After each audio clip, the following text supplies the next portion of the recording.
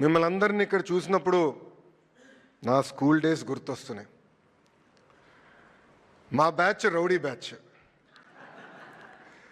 గోల బ్యాచ్, మేమందరం back benchers. కానీ నేను బ్యాక్ బెంచ్ నుంచి స్టాన్ఫర్డ్ ఎట్లా వెళ్ళాలని మీ అందరికీ డౌట్ రావచ్చు.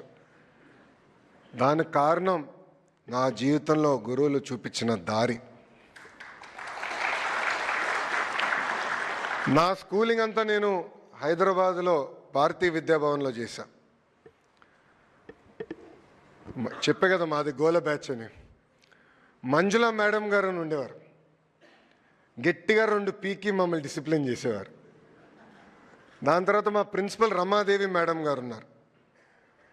మేడం గారు ఆధ్వర్యంలో నేను వైస్ ప్రిఫెక్ట్ అయ్యి ఒక డిసిప్లిన్, పట్టుదల, మొత్తం ఒక స్కూల్ని ఎట్లా నడిపించాలనేది మేడం గారు నేర్చుకున్నా. మనందరం స్కూల్స్లో ఈ మధ్యన బ్రిడ్జ్ కోర్సెస్ గురించి మాట్లాడుతున్నాం. అంటే ఏజ్ అప్రాప్రియేట్ లెర్నింగ్ అవ్వట్లేదు, పిల్లలకి బ్రిడ్జ్ కోర్సెస్ కావాలని. I'm a recipient of bridge course. నేను ఇంటర్కి వచ్చినప్పుడు కొన్ని ఫండమెంటల్స్లో నేను వీక్గా ఉన్నానని గౌరవ ముఖ్యమంత్రి గారు నారాయణ్ సార్ని పిలిచి, మా వాడు ఇంకొన్ని ఫండమెంటల్స్లో వీక్గా ఉన్నాడు, నేర్చుకోవాల్సిన అవసరం ఉందంటే నారాయణ్ సార్ నాకు ఆ బ్రిడ్జ్ కోర్స్ నేర్పించిన వ్యక్తి. వాస్తవంగా ఆ 2 సంవత్సరాలు నా జీవితాన్ని మార్చేసింది. దాని తర్వాత నేను ఎస్ఐటి రాశాను, కార్నిగి మెలన్ యూనివర్సిటీకి వెళ్ళా. అక్కడ రాజిరెడ్డి గారు ఆధ్వర్యంలో నేను చదువుకున్న వ్యక్తి. రాజిరెడ్డి గారు నాకు అయితే ఫస్ట్ సెమిస్టర్ బాగా గుర్తు, ఎందుకంటే మొదటిసారి ఇంటి నుంచి దూరంగా ఉన్నా. కనీసం టైంకి హెయిర్ కట్ కూడా చేయాలని నాకు తెలియలే, ఎందుకంటే ఇంట్లో ఉంటే అమ్మ చేయించేవారు అన్నీ. అలాంటిది రాజిరెడ్డి గారు క్రెడిట్ సిస్టమ్ అంటే ఏంటి, సెల్ఫ్ డిఫైన్డ్ మేజర్ అంటే ఏంటి మొత్తం నేర్పించి ఈరోజు నేను మీ ముందల ఒక విద్యాశాఖ మంత్రిగా నిలబడుతున్నానంటే దానికి కారణం ఈ నలుగురు అని ఈ సభాముఖం తెలియజేస్తున్నా. నేను మొదటగా గౌరవించేది మా తల్లి అవుతే, దాని తర్వాత ఉపాధ్యాయుల్ని. నేను విద్యాశాఖ మంత్రి అయిన తర్వాత ఫీల్డ్లో ఉపాధ్యాయులు చేస్తున్న మంచి పనులు గుర్తించి వాళ్ళని నేను పిలుచుకుని వారానికి ఒకరితో కూర్చుని ఎలా ప్రభుత్వ విద్యా వ్యవస్థని మెరుగుపరచాలని వాళ్ళతో నేను చర్చిస్తాం కూడా జరుగుతుంది. నేను ఒక పిలిపిస్తే, అంటే అటెండెన్స్ పెరగాలి ప్రభుత్వ పాఠశాలను పిలిపిస్తే అద్భుతంగా ఉపాధ్యాయులు స్పందించారు. కొన్ని గ్రామాల్లో అయితే ఉపాధ్యాయులు మైక్ వాళ్ళ స్కూటర్కి కట్టి ఊరేగింపు చేసిన వారు కూడా ఉన్నారు. ఇంతేకాదు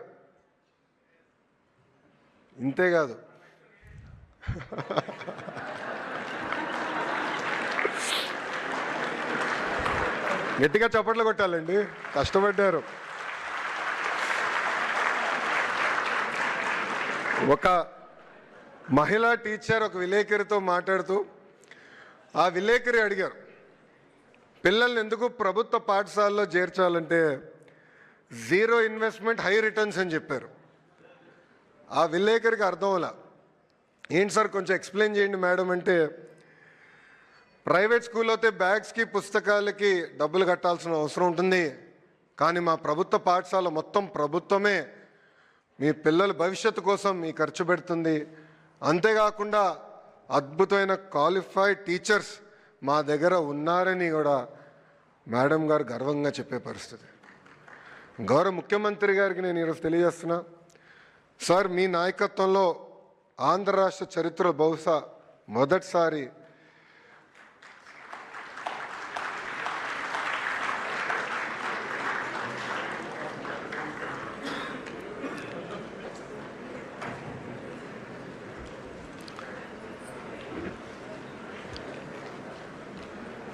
ఆంధ్ర రాష్ట్ర చరిత్రలో బహుశా మొదటిసారి సార్ కొన్ని పాఠశాలల్లో నో అడ్మిషన్ బోర్డ్స్ అని కూడా పెట్టారు సార్. దానికి కారణం ఇక్కడున్న ఉపాధ్యాయులు. గౌరవ ముఖ్యమంత్రి గారితో పనిచేస్తాంత తేలికైన పని కానే కాదండి. వేదిక మీద పెద్దలందరూ కూడా ఒప్పుకుంటారు. సో ఒకరోజు ముఖ్యమంత్రి గారి దగ్గరికి వెళ్ళి, సార్ ఈ ఒక్కరోజు నాకు లీవ్ కావాలన్నా, ఎందుకు అని అడిగారు. సార్ దేవాంశ్కి నేను హామీ ఇచ్చాను, పేరెంట్ టీచర్ మీటింగ్ నేను అటెండ్ అవుతానని. సో తప్పనిసరిగా నేను వెళ్ళాల్సి వస్తుందని చెప్పా. ఇది ఎందుకు చెప్తున్నానంటే ఈరోజు ఎప్పుడు లేని విధంగా మెగా పేరెంట్ టీచర్ మీటింగ్ మనం నిర్వహించాం. ఉపాధ్యాయుల్ని, తల్లిదండ్రుల్ని, పిల్లల్ని అనుసంధానం చేశాం. ఎవ్వరు ఊహించిన విధంగా అద్భుతమైన మన రిపోర్ట్ కార్డు రూపొందించి, అంటే తల్లిదండ్రులు కూడా వాళ్ళ పిల్లలు ఎక్కడ వెనుకబడి ఉన్నారు, ఏం చేస్తే బాగుంటుందని చాలా ట్రాన్స్పరెంట్గా మనం ఈ కార్యక్రమం నిర్వహించాం. దీనివల్ల పిల్లల్లో రాబోయే రోజుల్లో బాగా చదువుతారని నేను బలంగా నమ్ముతున్నా. నేను గతంలో కూడా చెప్పా, చాలామంది నేను విద్యాశాఖ మంత్రి అవుతున్నానని తెలిసిన వెంటనే నాకు ఫోన్ చేశారు, మెసేజ్ పెట్టారు, నీకు విద్యాశాఖ అవసరమా, ఒక ఐటీనో, ఇండస్ట్రీస్, లేదంటే ఎనర్జీ ఇలాంటి కొంచెం ఈజీ తీసుకోండి అంటే నేను ఒకటి చెప్పా, ఛాలెంజ్ అంటే నాకు చాలా ఇష్టం అని. గడిచిన సంవత్సరంలో విద్యాశాఖలో అనేక సంస్కరణలు తీసుకొచ్చాం, మీ అందరితో చర్చించి తీసుకొచ్చాం. సంఘాలతో అనేక మార్లు కూర్చున్నాం, అన్ని సమస్యలు పరిష్కరించాం అని నేను అనట్లేదు, కానీ ఎప్పుడు లేని విధంగా మీ స్వరం వినిన తర్వాతనే సంస్కరణలు తీసుకొచ్చాం. మొదటి సంవత్సరం సంస్కరణలు పూర్తి అయిపోయినాయి, ఇంకా రాబోయే 4 సంవత్సరాలు సంస్కరణలు అనేది ఉండదు. ఏదైతే లీప్ మోడల్ అని మనం అనుకున్నామో అది పకడ్బందీగా మనందరం అమలు చేయాలని ఈ సభాముఖంగా కోరుతున్నాం.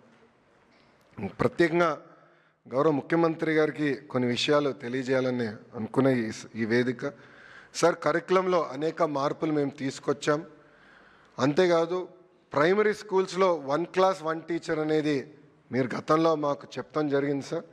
ఈరోజు మేము గర్వంగా చెప్పగలుగుతున్నాం, గతంలో 3% పాఠశాలలే 1 క్లాస్ 1 టీచర్ ఉంటే అది ఇప్పుడు దాదాపు 33%, అంటే సుమారుగా 9,600 మోడల్ ప్రైమరీ స్కూల్స్ ఏర్పాటు చేస్తాం జరిగింది. Semester wise text books నియమించాం.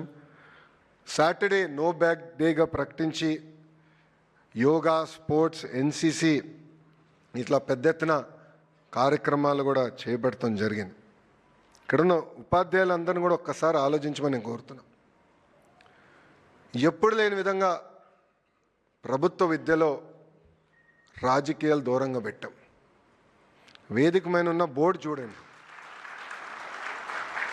గౌరవ ముఖ్యమంత్రి గారి ఫోటో లేదు, పిల్లలకి ఇస్తున్న పుస్తకాలు చూడండి, యూనిఫామ్ చూడండి, గొప్ప వాళ్ళ పేర్లు పెట్టాం.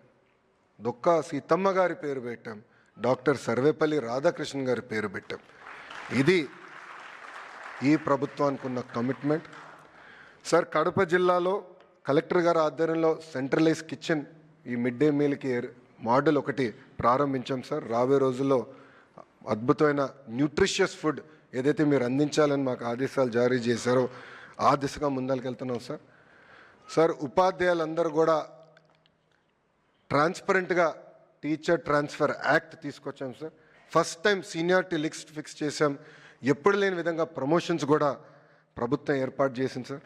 ఇంకా ఇక్కడున్న ఉపాధ్యాయులు చాలామంది, నాకున్న అంచనా మేరకు సుమారుగా 80% మంది గౌరవ ముఖ్యమంత్రి చంద్రబాబు నాయుడు గారు first term, second term, third టర్మ్లోనే ఉపాధ్యాయులుగా నియామకులైన వారు ఉన్నారని నేను బలంగా నమ్ముతున్నా.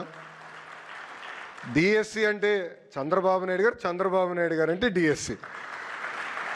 13 డిఎస్సీలు 1,80,000 మంది ఉపాధ్యాయుల్ని గౌరవ ముఖ్యమంత్రి గారు నియమించారు. సో మెగా డిఎస్సి గౌరవ ముఖ్యమంత్రి గారు పెట్టిన తొలి సంతకం. సో ఒక యువకుడిని, ఉత్సాహవంతుడిని, కానీ డిఎస్సి ఎంత ఛాలెంజింగో మీ అందరూ తెలిసిన విషయం. జనరల్గా డిఎస్సి నిర్వహిస్తే అదే సంవత్సరంలో రిజల్ట్స్ ఇచ్చి సర్టిఫికెట్స్ వెరిఫై చేసి ఎలాంటి లీగల్ ఇష్యూ లేకుండా ఉపాధ్యాయుల్ని నియమిస్తాం అనేది చాలా కష్టమైన పని. అలాంటిది గౌరవ ముఖ్యమంత్రి గారి డైరెక్షన్లో నిజంగానే మన కూనా సార్ని, విజయ రామరాజ్ సార్ని నేను అభినందిస్తున్నా. ఇది ఎందుకు చెప్తున్నానంటే, నేను ఒకటే రిక్వెస్ట్ చేశా, గతంలో ఇచ్చిన అన్ని డిఎస్సి నోటిఫికేషన్స్ అన్నీ చదవండి, కోర్టుకి వెళ్ళిన కారణాలు కూడా చదవండి, లూప్ హోల్స్ ఎక్కడెక్కడ ఉంటే అది ఫిక్స్ చేయండి, ఈ డిఎస్సి ఆగేదానికి లేదని చెప్పాను. సార్ ఇప్పటికీ దాదాపు 70 కేసులు పడినాయి సార్, కానీ డిఎస్సి ప్రక్రియ ఎక్కడ పాజ్ పడలేదు. సెప్టెంబర్ మాసంలో ఈ 16,347 మంది ఉపాధ్యాయులు టీచింగ్కి వస్తారని ఈ సభాముఖం తెలుపుకుంటున్నా. అదేవిధంగా మీ ఆదేశాల మేరకు చాగంటి కోటేశ్వరరావు గారి నాయకత్వంలో నైతిక విలువల పుస్తకాలు ఏర్పాటు చేసి పిల్లలు కూడా అందజేశాం సార్. ఇంటర్లో ఇప్పుడే మాస్టర్ గారు చెప్పినట్లు కరికులం మొత్తం మేము రీవ్యాంప్ చేశాం, ఉచితంగా టెక్స్ట్ బుక్స్ ఇస్తున్నాం, మధ్యాహ్న భోజనం పథకం కూడా అక్కడ అమలు చేశాం సార్. యూనివర్సిటీస్కి వచ్చేగల పెద్ద ఎత్తున రిక్రూట్మెంట్ మీద మేము ఫోకస్ పెట్టాలి. మీరు కూడా ఇక్కడ కూర్చున్నప్పుడు నాకు మీరు గట్టిగా చెప్పారు, ఇది మీరు పూర్తి చేయాలి, ఇప్పటికీ ఆలస్యం అయిందని కూడా మీరు నాకు చెప్తాం జరిగింది సార్. ఈ సంవత్సరం అది మేము పూర్తి చేస్తాం. అంతేకాదు ఎన్ఐఆర్ఎఫ్ ర్యాంకింగ్లో ఇప్పుడు ఆంధ్ర యూనివర్సిటీ గతంలో 7వ స్థానంలో ఉంటే నేను వచ్చిన ర్యాంకింగ్స్లో 4వ స్థానంలో ఉంది. స్టేట్ యూనివర్సిటీ కోటాలో ఫస్ట్ ర్యాంక్ వచ్చే దిశగా మేము పనిచేస్తామని ఈ సభాముఖంగా మీకు తెలుపుకుంటున్నాను సార్. అదేవిధంగా ఐటీఐ, పాలిటెక్నిక్, డిగ్రీస్ కళాశాలను కూడా బలోపేతం చేయాలి, కరికులం మెరుగుపరచాలి, లోకల్లో ఉన్న ఉద్యోగ ఉపాధి అవకాశాలు లింక్ చేయాలని మీరు గతంలో చెప్పారు. ఆ ప్రక్రియ కూడా ప్రారంభించామని గౌరవ ముఖ్యమంత్రి గారు తెలియజేసుకుంటున్నా. ఇక్కడున్న ఉపాధ్యాయులు కూడా దయచేసి ఒక విషయం ఆలోచించమంటున్నా. 2019 నుంచి 24 వరకు ఒక విచిత్రమైన పాలన మనందరం చూసాం. ప్రతిరోజు కొత్త సంస్కరణ తీసుకొచ్చారు కనుక దాదాపు 12 లక్షల మంది పిల్లలు ప్రభుత్వ పాఠశాలలకి దూరం అయ్యారు. నాస్ ఏసర్ రిపోర్ట్లో కూడా ఈరోజు లెర్నింగ్ అవుట్కమ్స్లో మనం వెనకబడిపోయే పరిస్థితి. ఉపాధ్యాయుల్ని ఏకంగా వైన్ షాప్ ముందల ఆనాడు కాపలా కాసేదాన్ని కూడా పెడతాం జరిగింది. ట్రాన్స్ఫర్ విషయంలో నేను ఎంత తక్కువ మాడితే అంత మేలేము, ఎందుకంటే గతంలో ఎలా జరిగిందో నాకన్నా మీకే బాగా తెలుసు. ఇంకా జీతాలు ఎప్పుడొస్తే కూడా తెలియని పరిస్థితి ఆ రోజులు కూడా మనందరం చూసాం. చివరికి మిమ్మల్ని ఎలక్షన్ డ్యూటీ నుంచి కూడా తప్పించాలని గత ప్రభుత్వం ప్రయత్నించింది. సో ఇన్ని కష్టమైన పరిస్థితుల నుంచి ఈరోజు మొత్తం దేశానికే ఆంధ్ర రాష్ట్రంలో ఏదో జరుగుతుంది, అద్భుతమైన ఫలితాలు రాబోతున్నాయని మొత్తం దేశం మన వైపు చూసే విధంగా మీరు చేసినందుకు ఈ సభాముఖంగా ఉపాధ్యాయులందరికీ పేరు పేరున నా హృదయపూర్వక ధన్యవాదాలు తెలుపుకుంటున్నాను. వాస్తవంగా నేను ఈరోజు ఈ స్థాయిలో ఒక మంత్రిగా మీ ముందల నిలబడగలుగుతున్నానంటే దానికి కారణం మా ఉపాధ్యాయులు. నా నలుగురు ఎవరైతే పేర్లు కూడా చెప్పానో ఆ నలుగురు నాకు ఒక సెన్స్ ఆఫ్ డైరెక్షన్, ఒక పర్పస్, ఒక డిసిప్లిన్ నాకు నేర్పించిన వాళ్ళు. అందుకే ఉపాధ్యాయులు అందరం కూడా నేను కొన్ని విషయాలు ఈరోజు కోరాలనుకుంటున్నా. ప్రత్యేకంగా 3 విషయాలు మీతో మాట్లాడాలనుకుంటున్నా. మొదటిది గ్యారంటీడ్ ఎఫ్ఎల్ఎన్, అంటే ఏ క్లాస్కి ఆ క్లాస్కి బేసిక్గా మ్యాథ్స్, లాంగ్వేజెస్లో బేసిక్స్ మన పిల్లలు తెలుసుకోవాల్సిన అవసరం ఉంది, నేర్పించాల్సిన బాధ్యత మనందరిపైన ఉంది. రెండోది, ఏసర్ నాస్ రిపోర్ట్ చూస్తే యావరేజ్ కన్నా తక్కువ ఆంధ్ర రాష్ట్రం ఉంది. దీంట్లో మనం చాలా ఇంప్రూవ్ అవ్వాల్సిన అవసరం ఉంది. ఏజ్ అప్రాపరియేట్ లెర్నింగ్ అనేది మనం చాలా ఫోకస్ చేయాలి. ప్రత్యేకంగా ట్రాన్సిషన్ ఎప్పుడైతే పిల్లలు అవుతారో, అంటే అంగన్వాడీ నుంచి ఫస్ట్ గ్రేడ్కి మనం వచ్చే పిల్లలు కానివ్వండి, 5th క్లాస్ నుంచి 6th క్లాస్కి ట్రాన్సిషన్లో చాలా ఇబ్బంది పడుతున్నారు మన పిల్లలు. దానికి ప్రత్యేకంగా మేము బుక్స్ రూపొందించాం. అది కొంచెం సీరియస్గా తీసుకుని ఇక్కడున్న ఉపాధ్యాయులే కాదు రాష్ట్రంలో ఉపాధ్యాయులందరూ కూడా కోరుతున్నా, ఆ బ్రిడ్జ్ కోర్స్ ఎట్లయితే నేను ఆ బ్రిడ్జ్ కోర్స్ వల్ల నేను చాలా నేర్చుకున్నానో, పిల్లలు కూడా అదే బ్రిడ్జ్ కోర్స్ అనేది చాలా చాలా అవసరం. ఆ బ్రిడ్జ్ కోర్స్ ఇస్తే కరెక్ట్ టైంలో వస్తే తప్పనిసరిగా ఈ ఎవాల్యుయేషన్లో కూడా టాప్ 3 రాష్ట్రాల్లో, అంటే 1, 2, 3లో కంపల్సరీ ఆంధ్ర రాష్ట్రం నిలబడాలని ఉపాధ్యాయులందరినీ ఈ సభాముఖంగా కోరుకుంటున్నా. మూడవది, లాస్ట్ విషయం, పోటీ పరీక్షల్లో ప్రభుత్వ పాఠశాలకు చెందిన పిల్లలు పెద్ద ఎత్తున ర్యాంక్స్ కొట్టాలి, చేయగలుగుతారు. అద్భుతమైన ఉపాధ్యాయులు ఉన్నారు. ఈరోజు కంటెంట్ మేము ఇస్తున్నాం, మెటీరియల్ ఇస్తాం. ఇంటర్లో అయితే కృతికా శుక్లా గారు చాలా అద్భుతంగా టెక్నాలజీ కూడా జోడించారు. ప్రతి వారం ఈరోజు పరీక్షలు ఏర్పాటు చేస్తున్నాం. ఒక విషయంలో మనకు వచ్చే పిల్లలు నిరుపేద కుటుంబాల నుంచి వచ్చే పిల్లలు, బ్రోకెన్ హోమ్స్ నుంచి వచ్చే పిల్లలు. నేను చాలామంది పిల్లలు కలిసా, వాళ్ళు ఒక్కొక్కరి స్టోరీ అంటే చాలా బాధ వేస్తుంది. అంటే ఒక పాప నేను కలిసా ఇంటర్లో, మధ్యాహ్న భోజనం పథకం లాంచ్ చేసాక వెళ్ళినప్పుడు ఆమె చెప్పింది, పాప ఆమెకి అమ్మ నాన్న లేరు, అమ్మమ్మ చూసుకుంటుంది. ప్రతిరోజు విజయవాడలో చేపలు పట్టి చేపలు అమ్మి ఆ పాపని చదివిస్తారు. అలాంటి పిల్లలు మన దగ్గరకు వస్తున్నారు. వాళ్ళకు కానీ కరెక్ట్గా డైరెక్షన్ ఇచ్చి కొంచెం ఓరియంటేషన్ ఇస్తే అద్భుతాలు సృష్టించగలుగుతారు. ఆ శక్తి మన పిల్లల్లో ఉంది.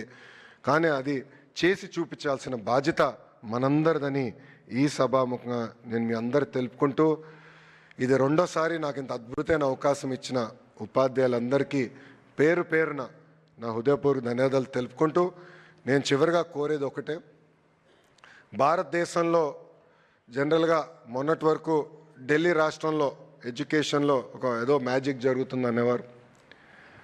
దానికి ఫుల్ స్టాప్ పెట్టాలని నేను నిర్ణయించుకున్నాను. ప్రభుత్వ విద్య గురించి ఏమైనా మాడితే ఆంధ్ర రాష్ట్రం గురించి మాట్లాడాలి. చేసి చూపించే శక్తి మనందరికి ఉంది. మనకి చాలా పాజిటివ్ లీడర్షిప్ ఉంది. విద్యాశాఖకు సంబంధించిన ఏమున్నా కూడా గౌరవ ముఖ్యమంత్రిగా దృష్టికి తీసుకెళ్తే ఇమీడియట్గా ఆయన ముందలు తీసుకెళ్తున్నారు. అనేక ఇబ్బందులు ఉన్నాయి, లేదని నేను కాదనట్లేదు. ఆర్థికంగా రాష్ట్రం ఇంకా ఇప్పుడిప్పుడే బయటకు వస్తున్నాం, ఇబ్బందులు ఉన్నాయి. కానీ ఒక విజన్ ఉన్న నాయకత్వం మనకుంది, డైరెక్షన్ ఇచ్చే ముఖ్యమంత్రి గారు మనకు ఉన్నారు. చేసేదానికి నాకు ఆ శక్తి ఉంది, అధికారులందరికీ ఉంది.